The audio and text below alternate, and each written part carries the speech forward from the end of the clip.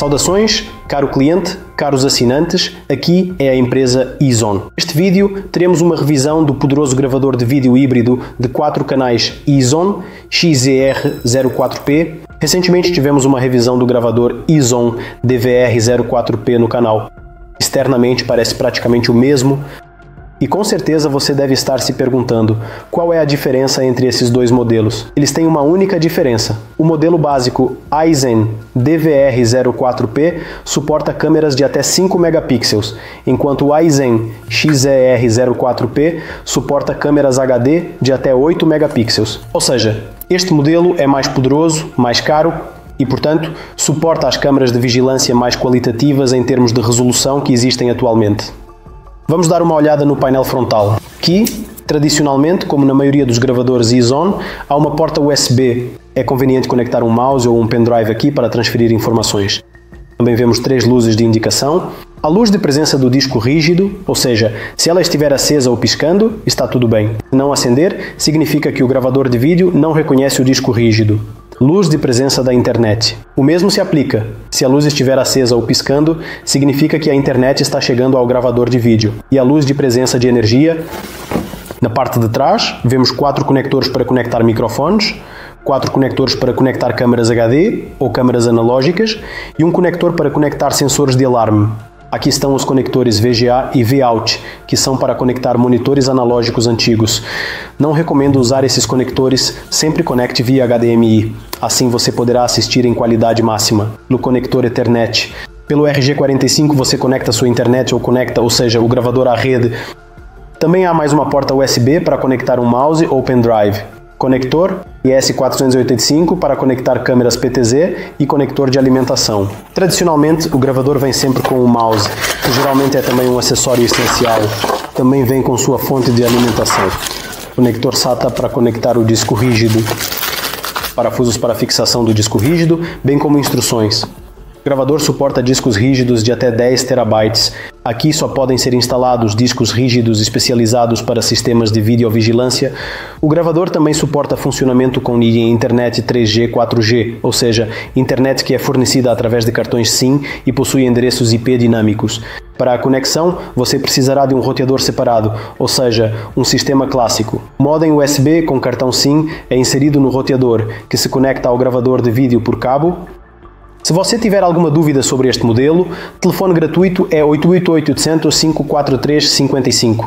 Inscreva-se em nosso canal no YouTube, junte-se aos nossos grupos no VKontakte e no Odnoklasniki para não perder novos vídeos.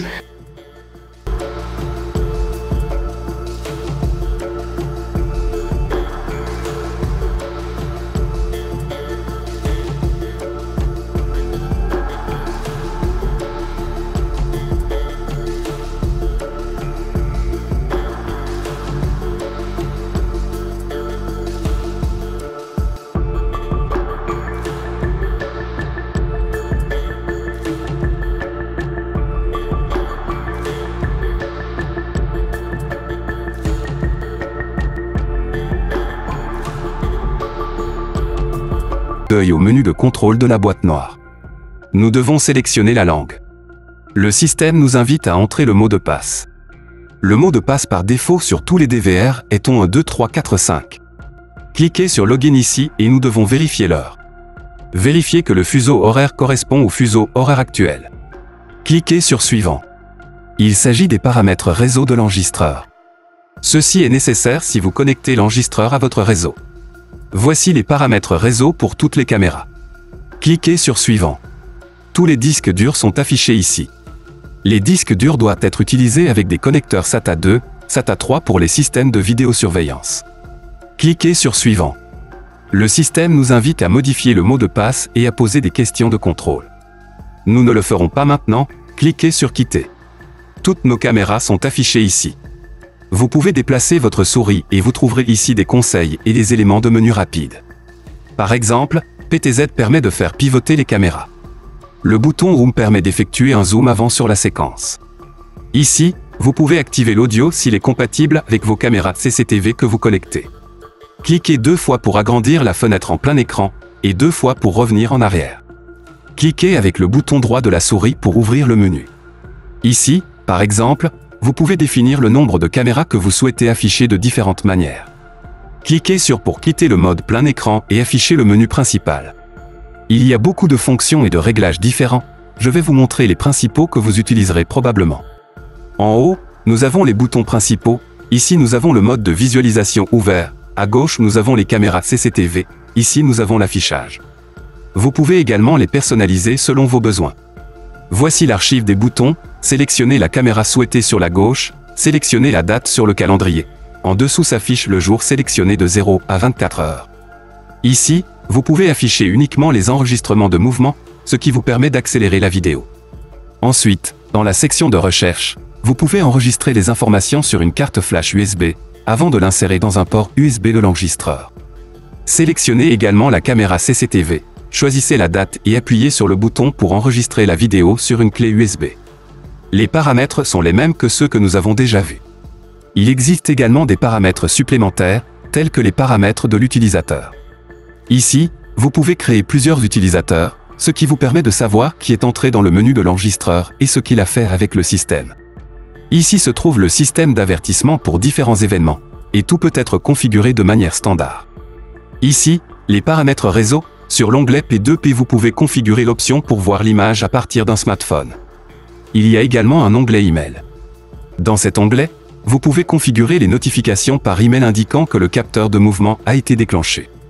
Vous trouverez ici les paramètres de la caméra que nous avons déjà vus ainsi que les paramètres du menu host. Par exemple, vous pouvez spécifier des noms pour chaque caméra. Voici les paramètres d'enregistrement pour chaque caméra. Dans cette rubrique, vous pouvez choisir comment vos caméras CCTV enregistreront en permanence, par capteur de mouvement ou selon un calendrier. Nous recommandons à tous nos clients de mettre immédiatement toutes les caméras CCTV en mode d'enregistrement par détecteur de mouvement. Voici le bouton de maintenance du DVR, qui peut être utilisé pour afficher des informations de base et pour mettre à jour l'appareil. Dans le coin supérieur droit, un bouton permet également d'éteindre et de redémarrer la boîte noire.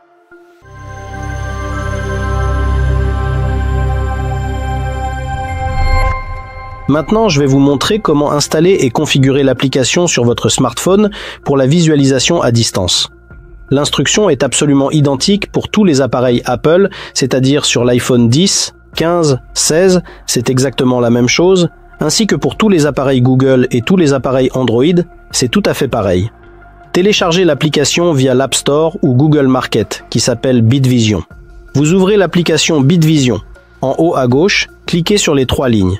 Et ici, cliquez sur se connecter. Ici, nous cliquons d'abord sur se connecter. Et ici, vous cliquez sur le bouton d'inscription. L'inscription est entièrement simple. Vous devez indiquer votre email, votre mot de passe, rien de compliqué. Je suis déjà inscrit. Après vous être inscrit, cliquez sur le bouton se connecter, cliquez à nouveau sur les 3 lignes, accédez au gestionnaire d'appareil, et ici, en bas à droite, vous cliquez sur le petit plus. 3 options sont proposées pour ajouter votre enregistreur vidéo. La méthode la plus simple est de cliquer sur le dernier élément, recherche LAN. Cela signifie qu'une recherche sur le réseau sera effectuée automatiquement. Ici, mon enregistreur vidéo s'affiche immédiatement. Je clique dessus. Ici, nous devons entrer le nom de l'appareil. Vous pouvez indiquer quelque chose au hasard, par exemple maison. Le nom d'utilisateur est toujours admin, en minuscule, et le mot de passe. Ici, indiquez celui que vous avez spécifié lors de l'enregistrement initial, c'est-à-dire le mot de passe de votre enregistreur vidéo. Je vois l'affichage de la caméra. Passons maintenant aux paramètres principaux. Je peux double-cliquer sur la caméra pour afficher immédiatement 4 caméras. Ici, installez également toutes les caméras qui sont connectées à votre enregistreur vidéo. Je peux faire pivoter le téléphone de 90 degrés pour que la caméra s'affiche en plein écran. Je peux écarter l'image avec mes doigts pour zoomer numériquement. Je retourne le téléphone et il y a aussi des boutons rapides sous l'écran. Le premier est pour faire une capture d'écran, le deuxième pour enregistrer une vidéo en direct maintenant. Ensuite, ce bouton permet d'écouter le son de la caméra de vidéosurveillance. Le bouton suivant affiche un certain nombre de caméras que vous souhaitez voir en même temps. Je vais laisser un pour l'instant et ici, c'est le changement de mode.